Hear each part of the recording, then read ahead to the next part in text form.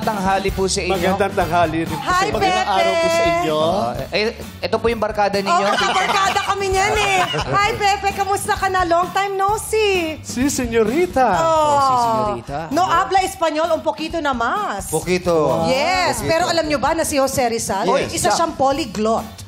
Ibig sabihin, Ano ibig sabihin nakakapagsalita siya ng halos 22 languages. Napakatalino. Wow, tulad ng mga ano? Tulad ng ano, bukod sa Espanyol.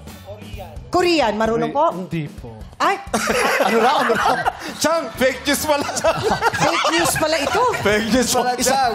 Ano po ang iba pang lingwaheng alam Ano ninyo? po? Kayo Bukod na sa sabihin po. Espanyol, ano pa? Bukod po sa Espanyol. Sabi nyo kasi Latin. 20. Latin. Latin. Sige po. Sample nga po. Sample. Latin. Medyo nakalimutan niya na kasi sagot. Ah, Medyo nanginginig siguro si Jose matagal na eh. Rizal. Matagal na kasi. Sabagay, oo. Matagal lang nakalipas ang panahon. Chang, sabi mo 20, ha? 22. 22. Oo. Yung dalawa na yung hindi niya Spanish, Latin, Yung Korea. Spanish, ay Korea, Latin, hindi niya nasabi. Oo. Ito masasabi niya to. Tagalog po. Yeah, Tagalog. Ay, Tagalog. Yung 20 Tagalog eh. Yun, pang-20. Tagalog. Tagalog. English. Ah, ganun po rin kayo. Ah, bakit parang... Japanese yan. Kasi yung Korean eh. Korean din tsaka Japanese. Japanese po yun, yung ganon.